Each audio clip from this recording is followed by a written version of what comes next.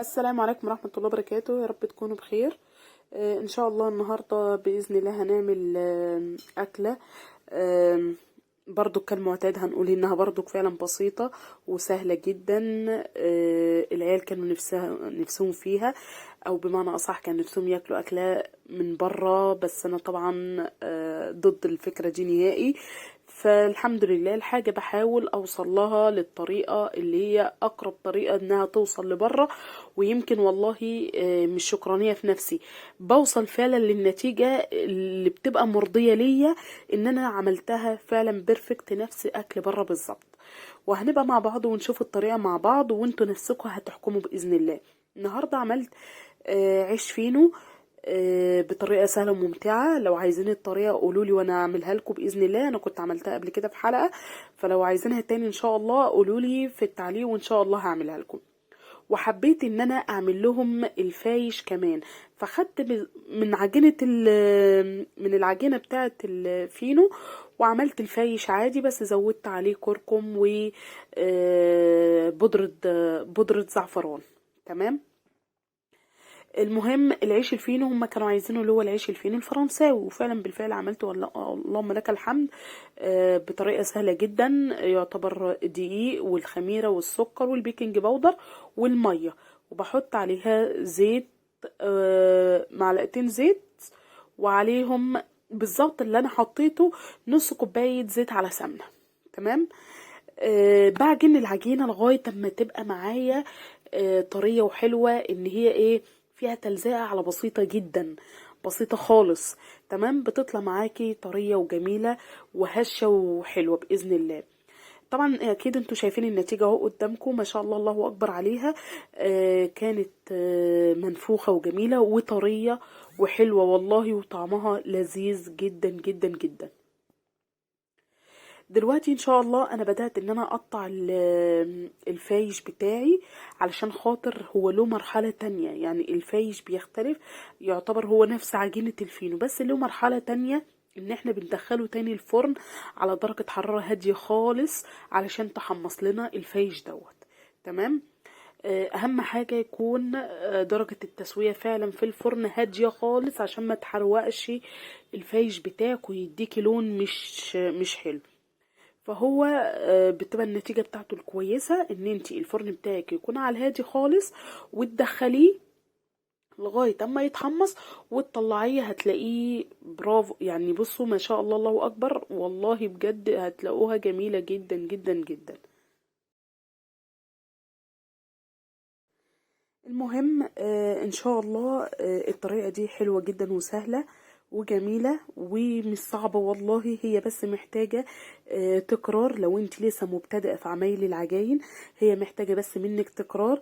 بس في بس حاجة ايه، ممكن اللي هم لسه مبتدئين في العجاين بيقعوا فيها، لان من ضمنهم حد انا اعرفه من قرايبي ما بيجي يعمل عجينة الفينو عامة، فتلاقي ايه العجينة اللهم صل على حضرة النبي، ايه هي محتاجة مية. بس هي لا، هي طبعا عشان مبتدئة لسه في العمايل، فبتبقى فاكرة ان هي كده ايه خلاص انتهت، بس محتاجة عجن شوية. لا، هي فعلا العجينة اوقات كتير بتبقى انتي فاكراها ان هي خلاص خلصت، لكن هي ما خلصتش. هي بتبقى واقفه لها بس على انك انت تزودي ميه بسيطه، فتلاقي العجينه معاكي نجحت وبقت جميله وطريه وحلوه. فاهمين؟ يعني هي الفكره فعلا، ادي للعجينه بتاعتك حقها في الميه، هتديكي افضل نتيجه باذن الله. دلوقتي انا كنت اهوت قطعتها والحمد لله خلصتها، ورحت رصاها تاني في الصينيه اللي انا كنت عاملاها فيها، وهدخلها على الفرن زي ما انا قلت لكم على درجه هاديه خالص عشان تتحمص وتبقى جميله. طب يا ترى احنا عاملين العيش الفينو دي ليه؟ وليه وايه هي الاكله البسيطه اللي انت ناويه تعمليها؟ ماشي. وكانت هتكلف معاكي. كنا احنا في الايام الرخيصه يعني الحمد لله، وكانت برضو ساعتها هي مش رخيصه ولا حاجه. كنا بنجيب مثلا سندوتشات الكبده من بره، والله بتبقى مكلفانا وما بنشبعش منها. تمام. فانا كنت ساعتها قلت لهم لا، انا بعد كده انا اعملها لكم احسن في البيت. يعني انا كنت دقتها ما استطعمتهاش وما استمتعت ما استع... يعني ما حسيتش بطعمها. فاهمني؟ فما عجبتنيش، فجيت قلت لا. كنت انا بقى شفت حلقة من حلقات على التلفزيون، لاني كنت بحب اقعد قدام الطبخ كتير على التلفزيون. فكنت شفت حلقة عز المنوفي وهو بيعمل الكبدة عامة بتاعتهم بالطريقة بتاعتهم المميزة، الا ان هو في توابل ما قالش عليها. تمام. بس الفكرة نفسها اللي هو بيعمل بيها عامة انا بقيت اعمل زيها. والتوابل دي انت اللي بقى بتقدري انك انت تتحكمي فيها، وانت اللي بتحطي بمزاجك وبراحتك في التوابل. فاهمين الفكره في ايه؟ فهي الفكره كانت ان اللهم صل على حضره النبي، قال لك ان لما بيجي يعملوا الكبده ديت بيحطوا لها زيت كتير. اهم حاجه الزيت كتير مع الدهون اللي هم بيحطوها. تمام. اللي هو الدهن يعني وكده. فالمهم كانوا عمل بصلاء بتاع دوت تومية زي ما انتوا شفتوا كده، توم بكزبرة. خدها على النار متشوحة، بتاخديها كده على النار ايه، تشوحيها على بسيط. تمام. مجرد ان هي تبدا في اللون تغيير اللون بتاعها على طول، تنزلي عليها بالكبده على طول، تنزلي عليها بالكبده على طول. طبعا انت مش هتقلبي الكبده اول لما تنزليها علشان خاطر ايه ما تنزلش منك ميه او كده. فالمهم بعد ما بتلاقيها بدات تاخد لون من تحت، بتبداي ان انت تقلبيها. خلاص. بعد كده بتحطي بقى التوابل بتاعتك ديت. هو ما قالش التوابل ساعتها بصراحة بحق الله، قال ان هو قال ملح وفلفل وكمون، وكان في كده سر التوابل بتاعته ما قالش عليها. بس انا بحط عليها التوابل بتاعتي اللي انا معتادة عليها، واللي انا دايما الحمد لله الحمد لله لقيت ان فعلا الطعم نفس بالظبط ما انا اكلتها قبل كده بره بقى في مكان تاني، انضف واحلى بكتير من الاولاني. فالمهم بحط معاها القرفة والزنجبيل والملح والفلفل والكمون. تمام. و3 معالق خل قبل ما بقفل عليها.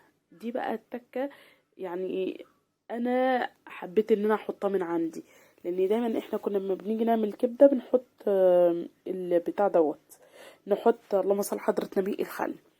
وكان اللهم صل على حضرة نبي وفلفل حامي زي ما انت عايزه بقى بتحطي. انت بتحطي بصل؟ لا، ما كانش بيتحط البصل نهائي في الكبده. بس احنا كنا الاول، انا كنت الاول بحب، وبعض الاوقات لغايه وقتنا هذا اوقات بدخل بصل واوقات لا. بس في الوقت اللي احنا فيه ده عمري ما هدخل بصل، لان البصل غالي. تمام. فهنا كنت شبه انها خلصت الحمد لله. الحمد لله شبه انها كده خلصت، لان ما بتاخدش منك وقت اصلا في التسويه. المهم، وكنت طبعا انا عملت بقى العيش الفينو دوت اللي هو الفرنساوي دوت اللي هو التخين بمعنى اصح. ورحت بقى ايه عامله لهم احلى سندوتشات. والله كنا اللهم لك الحمد اللهم لك الحمد شبعنا. التكه دي بقى من عندي، موضوع ان انا احط فحمية دي من عندنا، اتعودنا عليها بصراحه وبتفرق في الطعم. عايزه تحطيها، عايزه مش عايزه انت حره. ما شاء الله العيش الفينو اهوت. بصوا بقى دوت الفايش اهو ما شاء الله اتحمص، وشايفين اللون والله ما شاء الله الله اكبر عليه تحفة. حاجة انت عاملاها في بيتك نظيفة وكويسة، وفي نفس الوقت مش مركونة في محلات ولا اي حاجة، وطازة. والله العظيم تحفة يا جماعة، يا ريت تجربوه. ولو محتاجين الطريقة ان انا اعملها لكم قولولي والله، وانا مش هبخل عليكم بحاجة باذن الله. تمام. وان شاء الله هبعملها لكم، حتى لو انتم ما طلبتوش هعملها تاني وتالت ورابع للي ايه بيشوفوا ان شاء الله، علشان ايه كلنا نستفاد. وعلى قد ما بنقدر والله لو في معلومة عندي انا مش هبخل عليها، علشان خاطر انا فعلا بحب ان انا اكسب ثواب قوي في حاجة زي كده. فانا دلوقتي الفايش كان جميل جدا، حلو جدا، حاجة بيتي نظيفة كويسة انت اللي عاملاها بايدك. مش هنقول مش مكلفة، هي فعلا مش مكلفة. كيلو دي ب28 جنيه. ماشي. وهتحطي المية بتاعتك، وهتحطي 5 معالق سكر مثلا على كل كيلو دقيق، والخميرة والبيكنج باودر بس. وهتعملي احلى فايش، وهيرمي معاكي، هيرمي هيرمي هيرمي. تمام. يعني دوت يعتبر ده من رغيف واحد وما شاء الله رمى، ما بالك انت لما تعملي بقى كيلو كامل.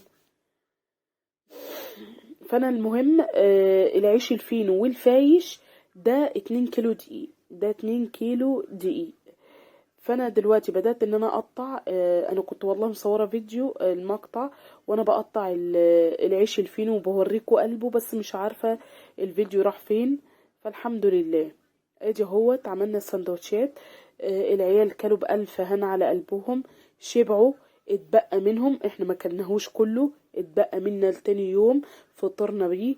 كان طعمه جميل ولذيذ جدا وحلو. وحاجة انا كلفتها في بيتي، ما كلفتهاش وما دفعتش دم قلبي عليها بره. فاهمين الفكرة في ايه؟ لا انا كلفتها في بيتي، بس حاجة نظيفة وكويسة. فاهمين الفكرة؟ طبعا اتمنى ان الفيديو يكون عجبكم. يا ريت ان انتوا تشيروا لي الفيديو وتعملوا له اشتراك، وتعملوا لي لايك، علشان ده بيفرق معايا يا جماعة. وانا بتعب في الفيديوهات دي والله، بتعب فيها في التصوير. بيبقى مثلا انا ببقى اللهم صل على حضرة النبي، ببقى انا مثلا ايه مشغله الفيديو على اني بصور، واجي فجأة ما الاقيش نفسي ان انا بصور ولا اي حاجة. دي بقى البليلة اللي انا كنت عاملاها ساعة اللهم صل على حضرة النبي اما كنت عاملة العدس، لان الفيديو ده معمول بعد العدس. تمام، بس هو نزل لكم متأخر. فكان برضو البليلة عملته زي ما انا قلت لكم، انا بحبه كده يبقى مفشر، يعني ان الحباية بتاعت القمح مفتوحة، انا بحبها كده. فاهمني؟ تبقى مسلوقة كويس قوي، ما احبهاش ان هي ايه تبقى فيها تكة لا انا بحبها تبقى مسلوقة كويس. بتبقى طلعت النشا بتاعها كله بقى بره في المية، بتبقى المية اصلا يعني والله انا دقتها وهي كده من غير لبن، كان طعمه لذيذ وجميل جدا، وقيمة غذائية حلوة وكويسة للأولاد وكيدز في الفترة اللي احنا فيها دي الحمد لله يعني. اللهم صل على حضرة النبي. المهم يا ريت هرجع تاني اقولها لكم، اللي ما عملش اشتراك يعمل لي اشتراك، واللي ما عملش لايك يعمل لي برضك لايك. لان الحاجة دي بتفرحني يا جماعة وبتقدروني فيها، بتحسسوني ان انا فعلا اتقدرت يعني من التعب اللي انا تعبته في الفيديو دوت وكده. فياريت تقدروني وتعملوا لي لايك واشتراك في القناة.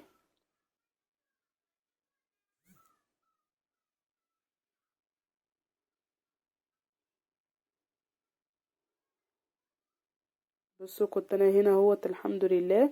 اما باجي بعمل كنا الاول بنحب ان احنا نكتر السكر، طبعا مع الفترة اللي احنا فيها دي اصلا وقبل الغلاء بصراحة، بس من ساعة لما السكر بدأ ان يقل في وكده بقينا نقلل اصلا في موضوع السكر، علشان خاطر عندي العيال عندي سنانهم بايظة بسبب الحلويات.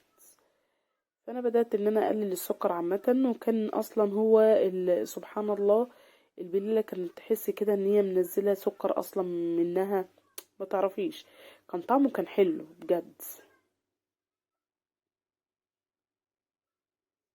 هنا هو كنا الحمد لله كان ده فطرنا. ويا رب الفيديو يعجبكم. السلام عليكم ورحمة الله وبركاته.